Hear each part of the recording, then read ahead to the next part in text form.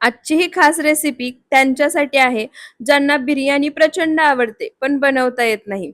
एकदा जर या पद्धतीने बनवलीत ना तर खरं सांगते नेहमी याच पद्धतीने बनवाल आणि इतकी आवडेल की नेहमी नेहमी बनवून खाल. अगदी बॅचलर सुद्धा सहज बनवू शकतील इतकी जबरदस्त ही बिर्याणी बनवून तयार होते. आणि विशेष म्हणजे काय माहिती आहे का, यामध्ये कोण मसाले जास्त आवडत नाहीत, अगदी साधी सिंपल बिर्याणी बनवून खायला आवडते ना त्यांच्यासाठी तर ही खास रेसिपी आहे. ती म्हणजे स्पेशल मुरादाबादी बिर्याणी. आता मुरादाबादमध्ये बिर्याणी बनवायची म्हटलं ना, की पहिल्यांदा एकच प्रश्न असतो. तो म्हणजे तांदूळ कोणता वापरायचा. म्हणूनच आज एक खास तांदूळ तुम्हाला सांगणार आहे, जो की तुम्ही बिर्याणी, पुलाव बनवण्यासाठी वापरू शकता. छान मोकळा बनून तयार होतो आणि तिप्पट फुलतो. तर त्यासाठी आज मी इथे वापरणार आहे होतोय.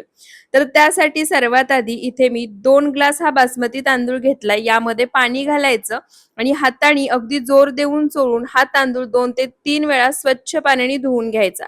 यामध्ये जो एक्स्ट्रा स्टार्च आहे, वरती जे तुम्हाला पांढरं पाणी निघालेलं दिसतंय ना, ते पूर्ण पाणी निघून गेलं पाहिजे. तर इथे 2 ते 3 वेळा हा तांदूळ मी स्वच्छ पाण्याने धुवून घेतलाय. आता यामध्ये पाणी घालायचं, झाकण ठेवायचं आणि हा तांदूळ 45 मिनिटं भिजण्यासाठी बाजूला ठेवायचा. आता तांदूळ भिजतोय तोपर्यंत पुढची तयारी. त्यासाठी गॅसवर कुकर गरम करायला ठेवलाय. आजची ही बिर्याणी आपण कुकरमध्ये बनवतोय. कुकर गरम झाला की यामध्ये 5 ते 6 मोठे चमचे तेल घालायचं. तेल गरम झालं की इथे मी 2 मोठे कांदे उभे पातळ चिरून घेतले आहेत. त्या चिरलेल्यातला अर्धा कांदा यामध्ये घालायचा. बनवताना जसा बरिस्ता तयार करतो ना अगदी त्याच आणि 2 हिरवी वेलची घेतलीये. आता हे सर्व साहित्य मिक्सरच्या भांड्यामध्ये काढायचं. सर्व साहित्य किती प्रमाणामध्ये घेतले त्याची डिटेल सर्व डिस्क्रिप्शन बॉक्समध्ये आहे, तिथे तुम्ही पाहू शकता. सर्व साहित्य मिक्सरच्या भांड्यामध्ये काढलं की लागेल असं पाणी घालायचं आणि याची एक प्युरी तयार करून घ्यायची. तर इथे पहा लागेल असं पाणी घालून सर्व मसाला वाटून घेतलाय आणि इथे एक प्युरी तयार झालीये. तोपर्यंत कांदा सुद्धा छान सोनेरी रंग येईपर्यंत तळून झालाय. आता हा तळून घेतलेला कांदा आपण एका डिशमध्ये काढून घेऊयात. तर इथे तुम्ही कांद्याचा रंग पाहू शकता. असा रंग येईपर्यंत कांदा तळून घ्यायचा आणि लगेच काढायचा. काढल्यानंतर सुद्धा याची कुकिंग प्रोसेसचा काढून घेतला की आता त्याच तेलामध्ये इथे मी तमालपत्र, दालचिनी, लवंग, काळी मिरी, मोठी वेलची, स्टार फूल आणि हिरवी वेलची आणि शहाजिरं घेतलं आहे. सर्व खडे मसाले घातले की एक अर्धा मिनिट परतून घ्यायचे. त्यानंतर यामध्ये चिरलेला कांदा घालायचा. कांदा सुद्धा आपल्याला छान सोनेरी कांदा परतायचा नाही, नाहीतर मग बिर्याणीचा रंग बदलेल. हलका सोनेरी रंग येईपर्यंत कांदा परतून घेतला की आता यामध्ये इथे मी 6 हिरव्या मिरच्या मधून चिरून घेतल्या आहेत त्या घालायच्या आणि थोडंसं आलं उभं पातळ चिरून त्यानंतर आणखी थोडासा सोनेरी रंग येईपर्यंत हा कांदा परतून घ्यायचा. त्यानंतर आता यामध्ये जी आपण खड्या मसाल्यांची प्युरी तयार करून घेतली आहे ना ती घालायची आणि याचा आता कच्चेपणा जाईपर्यंत हा मसाला मी छान असा परतून घेतलाय. त्यानंतर आता यामध्ये इथे मी अर्धी वाटी कमी आंबट असलेलं दही घेतले, ते दही घालायचं. दही घेताना लक्षात ठेवा जास्त आंबट असणारं वापरायचं नाही. दही घातल्यानंतर मसाल्यासोबत मिक्स करायचं, 1 मिनिटभर फक्त परतून घ्यायचं. त्यानंतर आता यामध्ये इथे मी अर्धा किलो चिकन स्वच्छ धुवून घेतले, ते घालायचं.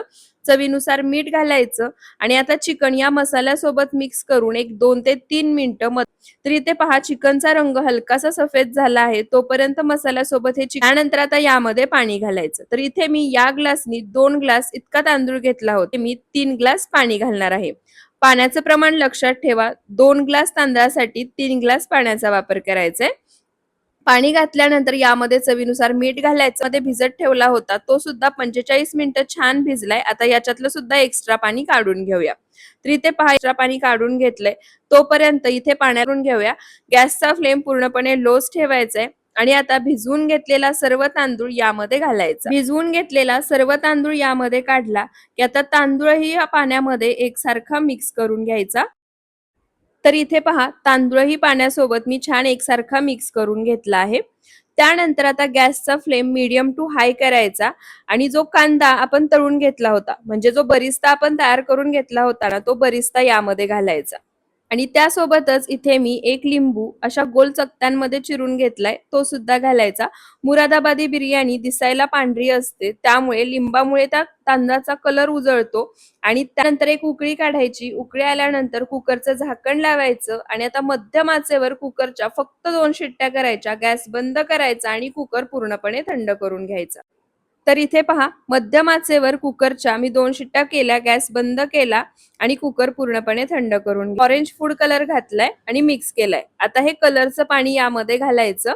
मुरादाबादी बिर्याणी मी स्टेप बाय स्टेप पूर्ण तुम्हाला या ठिकाणी सांगितले आहे. अगदी याच पद्धतीने बनवली ना तर चवीला भन्नाट होईल. कलरचं पाणी घातल्यानंतर पुन्हा कुकरचं झाकण लावायचं, गॅस चालू करायचा आणि मंद आचेवर फक्त एक वाफ काढायची. गॅस बंद करायचा, कुकर पूर्णपणे थंड करून घ्यायचा. आणि इथे पहा, कुकर मी पूर्णपणे थंड करून घेतलाय. परफेक्ट अशी ही मुरादाबादी बिर्याणी बनवून छान तिप्पट फुलला आहे आणि त्यासोबतच मोकळी सुटसुटीत अशी ही बिर्याणी बनवून तयार झालीये. अगदी आपण कुकरमध्ये बनवलीये तरी सुद्धा. आता मस्त अशी गरमागरम मुरादाबादी बिर्याणी सर्व्ह करूया. सर्व्ह करताना सुद्धा तुम्ही पाहू शकता प्रत्येक भाताचा शीतनाशीत मोकळा झालाय. इतकी भारी मोकळी सुटसुटीत अशी ही बिर्याणी बनवून तयार झालीये. तर तुम्ही सुद्धा गौरी प्रीमियम बासमती राईस वापरून एकदा ही मुरादाबादी बिर्याणी नक्की बनवून पहा. तांदूळ तर तिप्पट छान फुललायच, पण त्यासोबत चिकन सुद्धा अगदी छान मऊसूत शिजले. तर तुम्हाला आजचा हा व्हिडिओ कसा वाटला ते कमेंटमध्ये सांगा आणि व्हिडिओ आवडला असेल तर सबस्क्राईब